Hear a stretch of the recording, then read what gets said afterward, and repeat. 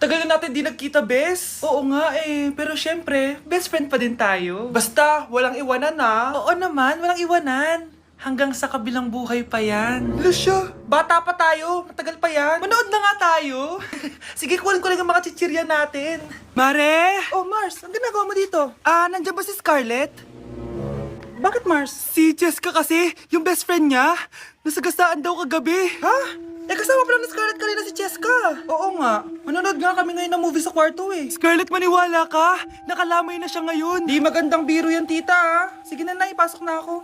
Oh, eto. Picture ng lamay niya. Ayaw niyo pa maniwala ha. Jessica? Saan nagpunta yun? Matawag? Scarlett, for sure alam mo na yung nangyari kay Jessica. Pupunta ka ba sa lamay niya ngayon? Ano pong sabi niyo, tita? Scarlett? Scarlett, lumabas ka dyan! Hi, Scarlett.